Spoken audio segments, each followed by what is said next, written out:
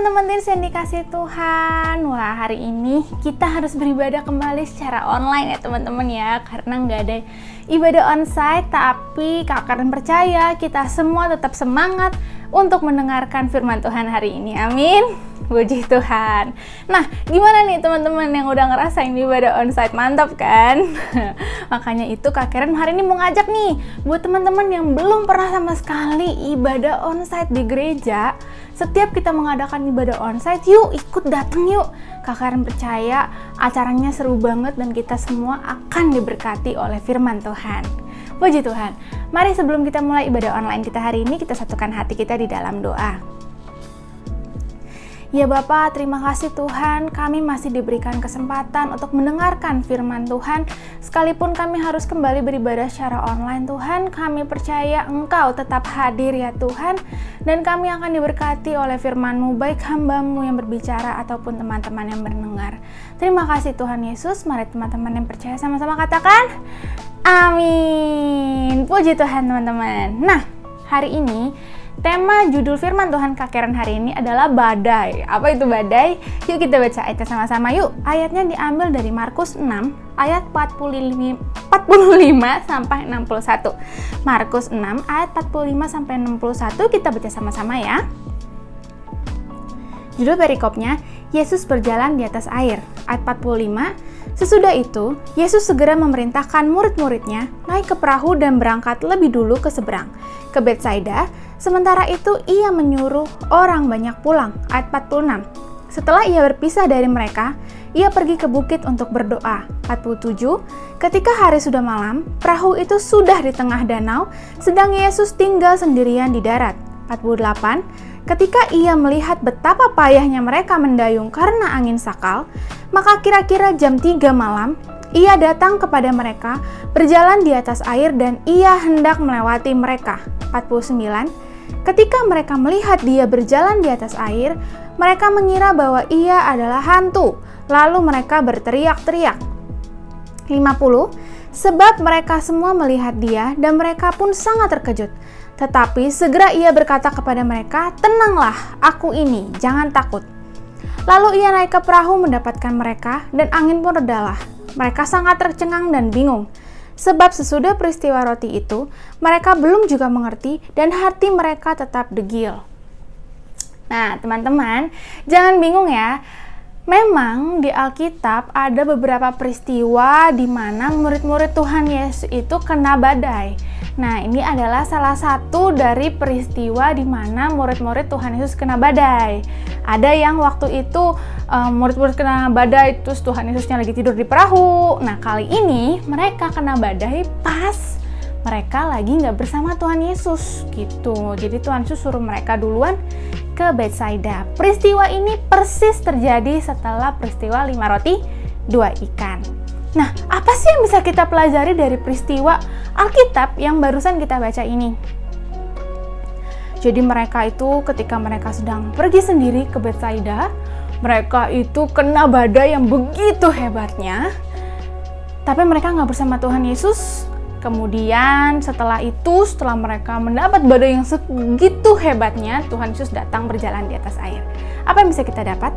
Yang pertama, dari ayat ini yang bisa kita dapat adalah badai tetap bisa ada walaupun kita sudah di jalan yang benar. Sekali lagi ya, badai tetap bisa ada walaupun kita sudah di jalan yang benar. Dari mana ini ayatnya? Dari ayat 45. Kita baca lagi ya.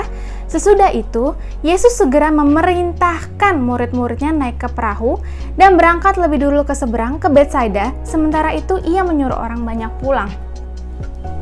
Jadi, dari ayat ini kita belajar bahwa mereka ke Betsaida siapa yang suruh?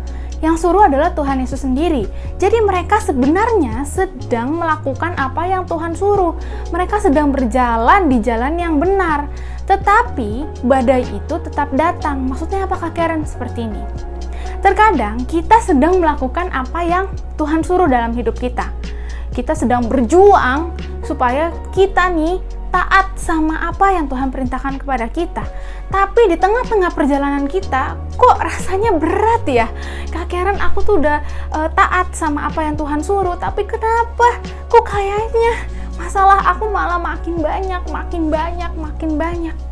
Nah, dari ayat ini kita belajar teman-teman, walaupun kita sedang melakukan apa yang Tuhan suruh, masalah itu tetap aja bisa datang teman-teman. Iblis akan berusaha mengintimidasi kita. Iblis akan bilang, kamu kena masalah karena kamu tuh banyak dosa, kamu nih lagi tidak menggenapi rencana Tuhan, kamu nih lagi gak taat sama Tuhan, emang Tuhan suruh kamu kayak gitu, kamu tuh lagi salah tahu sama Tuhan, makanya banyak masalah. Enggak teman-teman ya, buang jauh-jauh intimidasi dari iblis itu.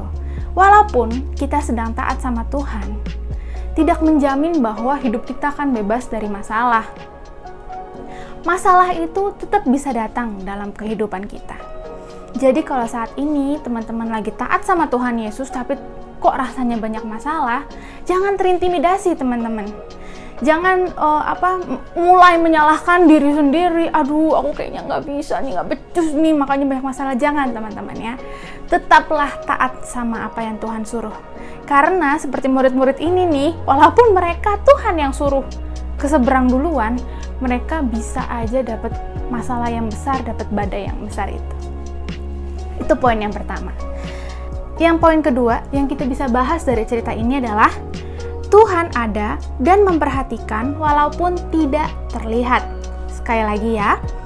Poin kedua, Tuhan ada dan memperhatikan walaupun tidak terlihat. Kita baca ayatnya dulu dari Markus 6 ayat 48.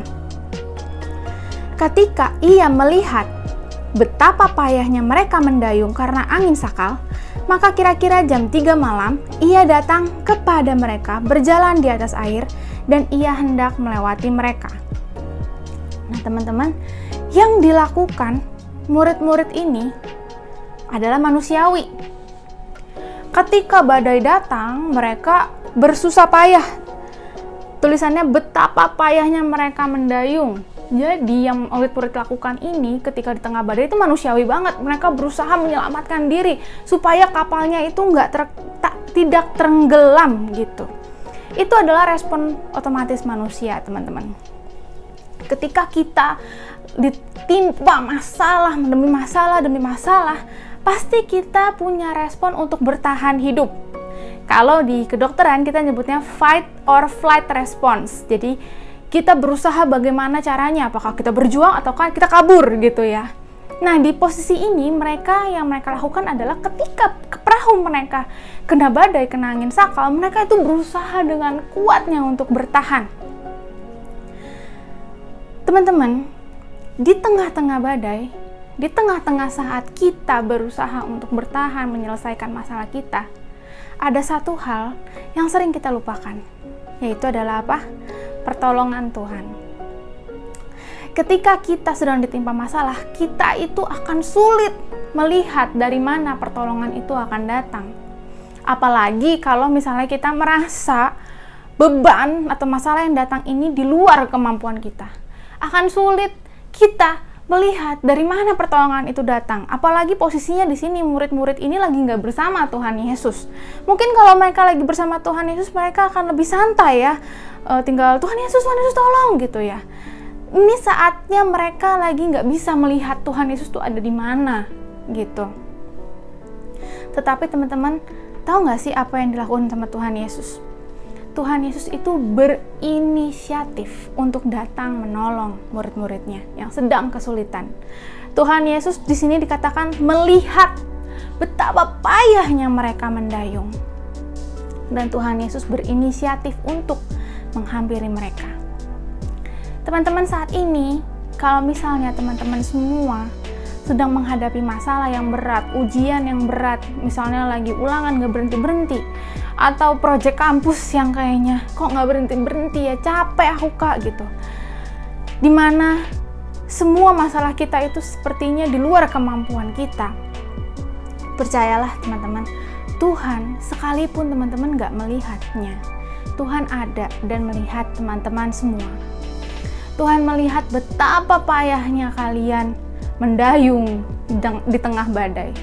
Betapa susah payahnya kalian berusaha untuk bertahan melakukan kehendak Tuhan. Tuhan itu melihat, teman-teman.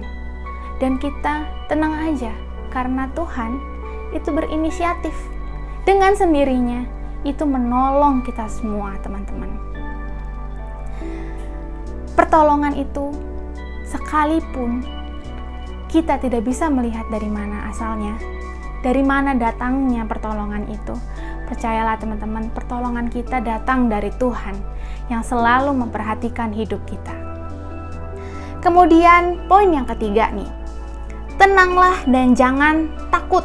Ayatnya dari Markus 6 ayat 51, kita baca ulang ya. Lalu ia naik ke perahu mendapatkan mereka dan angin pun redalah. Mereka sangat tercengang dan bingung. Nah, teman-teman, terkadang pertolongan dari Tuhan itu datang tidak sesuai dengan yang kita bayangkan atau kita harapkan. Contohnya nih ya teman-teman ya, murid-murid itu nggak nyangka bahwa cara Tuhan menolong adalah berjalan di atas air gitu teman-teman. Seperti yang kita tahu, waktu Tuhan Yesus menjadi manusia, Tuhan Yesus tuh punya darah dan punya daging, di mana nggak ada manusia satupun yang punya darah dan punya daging itu berjalan di atas air. Jadi murid-murid itu nggak expect pertolongan mereka di tengah badai adalah Tuhan Yesus berjalan di atas air untuk menolong mereka gitu teman-teman. Makanya mereka pas lihat Tuhan Yesus kirain apa? Hantu gitu, karena mereka takut. Apaan tuh jalan di atas air gitu teman-teman. Nah, kita belajar teman-teman ya, walaupun terkadang pertolongan Tuhan itu tidak sesuai dengan ekspektasi kita. Mungkin teman-teman ya, murid-murid ini maunya pertolongan Tuhan tuh Tuhan Yesus dari ujung teriak, "Woi murid-murid!" gitu. Terus seketika badai berhenti, gitu ya. Tapi yang datang malah Tuhan Yesus berjalan di atas air. Nah, dalam kehidupan kita, mungkin aja nih kita berekspektasi bagaimana sih caranya Tuhan menolong hidup kita. Contohnya nih, lagi ulangan. Ekspektasi kita adalah Tuhan membantu kita saat belajar ya, membuat kita sangat berhikmat seperti Salomo gitu ya. Sekali baca hafal gitu ya. Nyatanya kok enggak. Tuhan Yesus kok kayaknya nggak bantu dengan cara itu gitu ya. Nah teman-teman, ketika pertolongan Tuhan itu tidak datang sesuai dengan ekspektasi kita, yang kita harus lakukan adalah apa? Tenanglah dan jangan takut. Karena apapun bentuk pertolongan Tuhan, tetaplah itu sebuah pertolongan yang terbaik yang Tuhan sediakan buat kita supaya kita bisa bertahan, teman-teman. Saat ini, kalau kita sedang mengharapkan pertolongan dari Tuhan dengan cara yang menurut kita paling benar gitu ya, apa yang kita mau seperti ini, tapi kalau misalnya ternyata Tuhan tidak memberikannya, Tuhan malah memberikan kamu, memberikan kakak cara lain untuk menyelesaikan masalah itu, kita harus tenang dan jangan takut. Karena percayalah, Tuhan lebih tahu yang terbaik buat kita, teman-teman.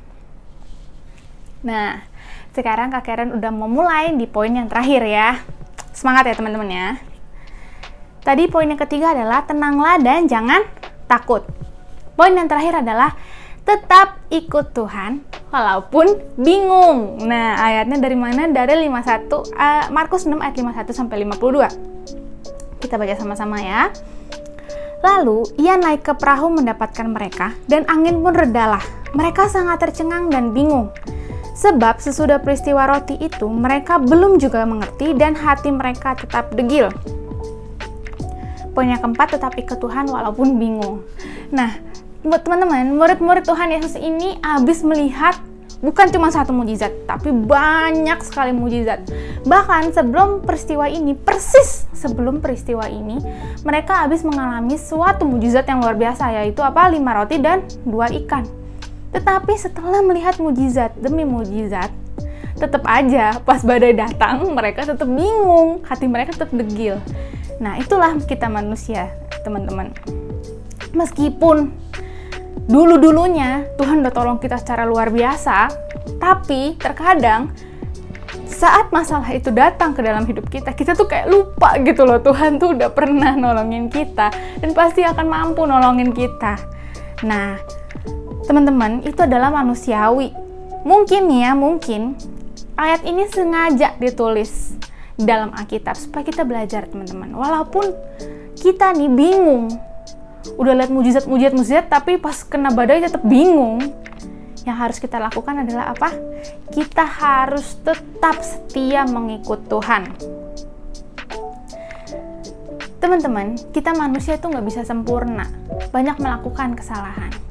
Ketika kita melakukan kesalahan, walaupun sebelumnya kita telah melihat mujizat Tuhan, jangan berhenti ikut Tuhan, teman-teman. Tetap ikut Tuhan, tetap setia ikut Tuhan. Sampai pada akhirnya kita bisa mencapai garis finish dan kita bisa melakukan apa yang Tuhan kehendaki dalam hidup kita. Oke, sebelum selesai, kita recap sebentar ya. Poin yang pertama yang kita dapatkan adalah badai tetap bisa ada walaupun kita sudah di jalan yang benar. Kemudian poin yang kedua yang kita dapatkan adalah Tuhan ada dan memperhatikan walaupun tidak terlihat. Poin yang ketiga adalah tenanglah dan jangan takut. Poin yang keempat adalah tetap ikut Tuhan walaupun bingung. Nah, teman-teman, sebelum Kak Karen akhiri sharing Kak Karen hari ini, Kak Karen mau cerita pengalaman Kak Karen nih. Waktu itu, sekitar 3 bulan yang lalu, Kak Karen itu sedang ditimpa masalah yang besar. Seperti teman-teman tahu, Kak Karen ini adalah tenaga kesehatan ya. Dan dalam studi Kak Karen itu harus melakukan magang atau internship di Kementerian Kesehatan. Nah, jadi setelah Kak Karen selesai menyelesaikan studi Kak Karen, nanti Kementerian Kesehatan akan mengeluarkan list rumah sakit apa saja yang bisa Kak Karen masukin untuk Kak Karen magang atau internship. Nah, untuk mendapatkan rumah sakit itu, yang di tempat Kak Karen harus magang, itu harus rebutan satu Indonesia. Jadi cepet-cepetan ngeklik di internet gitu, teman-teman. Kak Karen udah pernah coba ngeklik 2 periode, tapi nggak dapet. Nah, ini yang ketiga. 3 kali Kak Karen mencoba untuk masuk magang gitu. Kak Karen udah nunda 2 tahun ya, cukup lama untuk magang. Jadi Kak Karen sangat pengen magang di rumah sakit supaya Kak Karen cepet-cepet dapat license untuk bisa jadi dokter buka praktek gitu ya, untuk menolong orang. Nah, teman-teman, Kak Karen itu pengen sekali di sebuah rumah sakit ya yang menurut Kak Karen terbaik buat Kak Karen. Ketika Kak Karen coba ngeklik, nggak dapet, teman-teman. Kak Karen tuh merasa frustasi karena ini udah percobaan yang ketiga. Kok Tuhan nggak tolong-tolong Kak Karen? Padahal apa yang Kak Karen lakukan ini sesuai dengan tujuan Tuhan dalam hidup Kak Karen, yaitu menjadi dokter gitu. Kenapa kok seakan-akan Tuhan itu nggak tolong Kak Karen gitu, teman-teman? Nah, saat itu Kak Karen seperti tidak bisa melihat apa maksud Tuhan dalam hidup Kak Karen. Kak Karen tuh seperti tidak bisa melihat Tuhan tuh pertolongannya seperti apa untuk hidup Kak Karen. Kok kayaknya Kak Karen udah taat sama Tuhan, tapi badai itu datang dalam hidup Kak Karen gitu. Kak Karen harus nunggu berapa lama lagi sama Kak Karen bisa tuh magang, bisa internship gitu ya, dan mendapatkan license sebagai dokter gitu. Setelah itu Kak Karen berdoa, dan setelah periode selanjutnya, udah tiba saatnya buat Kak Karen ngeklik lagi buat milih. Ternyata teman-teman, Kak Karen itu dapet di rumah sakit yang tidak Kak Karen inginkan. Rumah sakit itu adalah rumah sakit Islam yang dimana teman-teman tahu ya, Kak Karen ini anak pendeta ya. Tapi Kak Karen dapatnya bukan di rumah sakit yang Kak Karen inginkan, tapi di rumah sakit Islam itu. Di situ Kak Karen kecewa sama Tuhan. Tuhan, kenapa kasih Kak Karen di rumah sakit ini prakteknya? Kenapa Tuhan gak kasih Kak Karen di rumah sakit yang menurut Kak Karen tuh udah terbaik buat Kak Karen gitu? Kak Karen kecewa sama Tuhan, sama pertolongan Tuhan atas Kak Karen gitu ya. Sampai suatu saat Tuhan itu berkata sama Kak Karen seperti ini. Nah, rumah sakit yang menurut kamu terbaik itu jalanannya itu kena ganjil genap gitu, teman-teman. Ternyata alasan kenapa Tuhan gak kasih Kak Karen di rumah sakit yang Kak Karen inginkan adalah karena kena ganjil genap. Kalau kena ganjil genap, jadi Kak Karen setiap hari akan ditilang, teman-teman ya. Setiap kena ganjil genap akan ditilang, dan itu akan sangat merepotkan Kak Karen. Ternyata teman-teman, pertolongan Tuhan yang tidak sesuai dengan ekspektasi Kak Karen, itu adalah yang terbaik buat Kak Karen. Dan ternyata setelah Kak Karen masuk ke rumah sakit ini, Kak Karen sangat menyukai lingkungannya. Teman-teman yang Kak Karen dapatkan adalah teman-teman yang terbaik dari Tuhan. Jalanan ke sana tidak macet dan enak aksesnya. Dan dokter-dokter di sana, perawat-perawatnya baik-baik semua. Kak Karen sangat bersyukur atas apa yang Tuhan pilihkan ke Kak Karen. Teman-teman, saat ini, kalau teman-teman sedang mengalami badai, dan teman-teman minta nih sama Tuhan, Tuhan aku mau minta A, taunya Tuhan tolong sih, tapi kasihnya B, gitu ya. Percayalah teman-teman, sama seperti murid-murid yang gak expect pertolongan Tuhan itu datang seperti itu. Percayalah teman-teman, bahwa itu adalah hal yang terbaik yang bisa Tuhan berikan kepada teman-teman semua, kepada kita semua. Walaupun bingung, tetaplah setia sama Tuhan. Nanti Tuhan akan memberitahu kita, kenapa sih Tuhan kasih pertolongan dengan cara yang tidak sesuai dengan ekspektasi kita. Tetap bertahan teman-teman, jangan dengarkan intimidasi dari si iblis itu, dan tetap setia mengikut Tuhan. Mari kita satukan hati kita di dalam doa. Bapa, terima kasih ya Tuhan. Hari ini hamba-Mu berdoa buat teman-teman ya Tuhan. Apabila saat ini mereka sedang mengalami ujian dalam hidupnya, badai dalam hidupnya Tuhan, kuatkan mereka ya Tuhan. Kak Karen percaya Tuhan, pertolongan-Mu ada atas mereka ya Tuhan. Terima kasih ya Tuhan Yesus. Terima kasih untuk berkat firman-Mu pada hari ini ya Bapa. Terima kasih Tuhan. Mari teman-teman yang percaya sama-sama katakan amin. Oke teman-teman, sampai jumpa lagi. Nanti kalau misalnya ada ibadah onsite lagi, akan diberikan pengumumannya ya. God bless you.